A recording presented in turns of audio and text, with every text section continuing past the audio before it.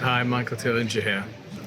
So I'm in Newark, or as the Americans call it, Newark, waiting to board my flight back to Johannesburg after a really successful Ancient Civilizations conference in Boulder, Colorado. It was fantastic being back there and seeing all my friends and meeting some new friends, all the people that study ancient civilizations, consciousness, spirituality, and so much more.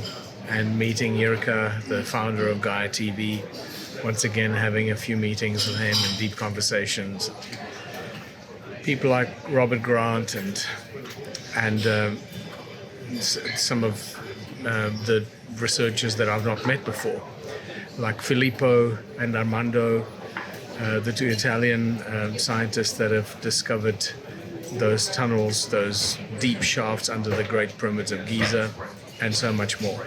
Also great to reconnect with Hugh Newman and some of my friends that I've known for many years now in this field of research in ancient civilizations. But after a very successful presentation that apparently went down very well, everybody came to me afterwards and congratulated me and said, how well it was received. So it's always lovely to hear that. It's always nice to know that the people appreciated it. And because I'm really the only person in the world that talks about the ancient civilizations of Southern Africa and the Stone Circle ruins and Adam's calendar, that's become my speciality and my domain. It always seems to be a unique highlight at conferences like this. But what I find fascinating is no matter how much we talk about the ancient civilizations and the great discoveries and so forth, I always end on the once more town message. What are we going to do with this knowledge? Now that we have this knowledge of the ancients and how smart they were and what they were doing and what they got up to, the technology they had, etc., etc., our minds are blown by the research and the phenomenal ongoing waves of new information and new research that we get from all these amazing presenters and researchers and scientists that I have the privilege of rubbing shoulders with and being present and participating in the same conferences. But what I find absolutely mind-blowing is that by the time I finish my presentation, and I always end on the high note, what are we going to do with all this information? If we can't put this to good use for humanity, it's all a bloody waste.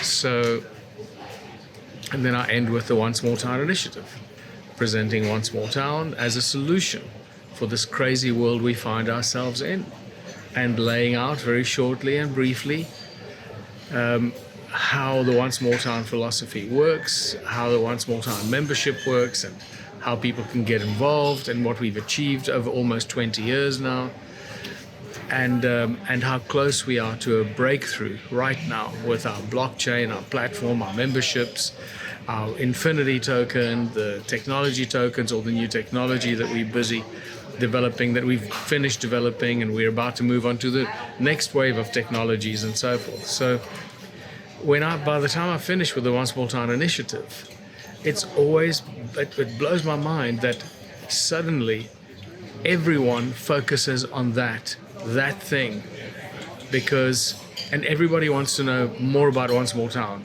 and they come to me afterwards and tell me, and they're so excited about Once More Town, they all want to get involved and so forth. So it's obvious that we are all trapped in the same global mess, no matter where you go, whether you're in South Africa, in England, where I was just recently with our lovely English and UK ambassadors, Julia and Michael, going to the USA now and doing this lecture to a huge crowd of people.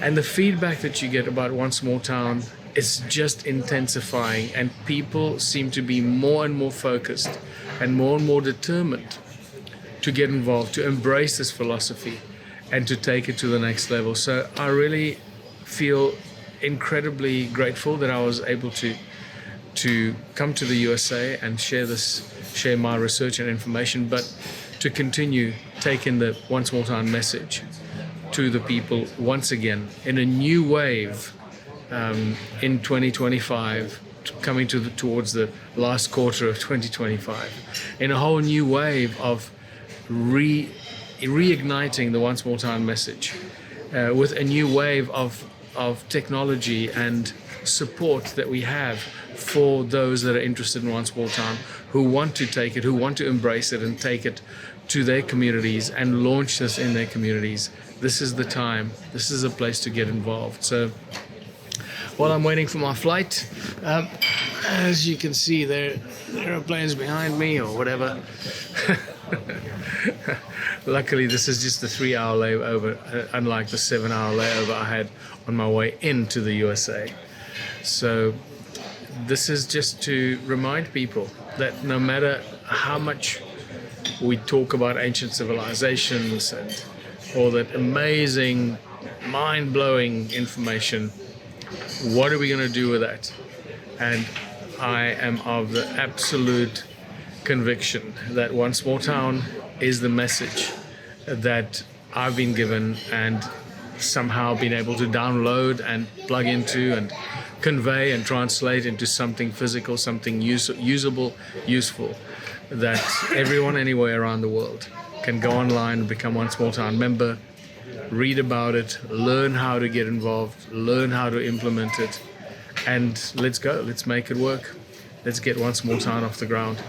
I know that in South Africa we are very, very close to getting that first Cinderella town off the ground. And in the UK and England, Michael and Julia are working very hard and making brand new contacts after our amazing workshops that we had in England in June and July, July and August. So the time is here, time is now. Go to onesmalltown.org, sign up as a member, learn all about it, and then tell everyone. That's the most simplest thing that everyone can do, the easiest thing that everyone can do. You don't have to try and be a hero and try and be an ambassador or launch this, because not everyone has got that kind of that kind of character or that kind of ability and experience to become an ambassador and get it off the ground. It's a very unique kind of individual that will eventually, in every community, somebody will rise up that will have those required skills and experiences to launch One Small Town. So the least that everyone can do, the easiest thing that anyone can do, is just log on to onesmalltown.org, sign up as a member, and then tell everyone. Because that's all we need to do. The more people know about it, the sooner and quicker we get to that critical mass of conscious and aware people that become active, get involved, and get the One Small Town initiative launched in various countries and many, many towns across the world. So yeah, I look forward to getting back home and carrying on with One Small Town initiative, all the important work that needs to happen and take place. Some very exciting developments that we have, especially in our engineering factory with all the tools and very advanced laser cutting and manufacturing equipment that we've been able to equip our engineering factory with, so we can make the parts for the technology that we're developing and we don't have to outsource it.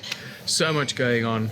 It's almost impossible just to quantify a conversation in one specific direction on one specific subject, because there's so much going on in One Small Town. So with some clattering cutlery and crockery in the background in the lounge that I'm sitting and waiting for my flight, I wish everybody well, send everyone lots of love, sign up as a member of One Small Town, tell everybody, and let's work towards launching that first Cinderella town in South Africa, in England, the UK, Ireland, and in the USA.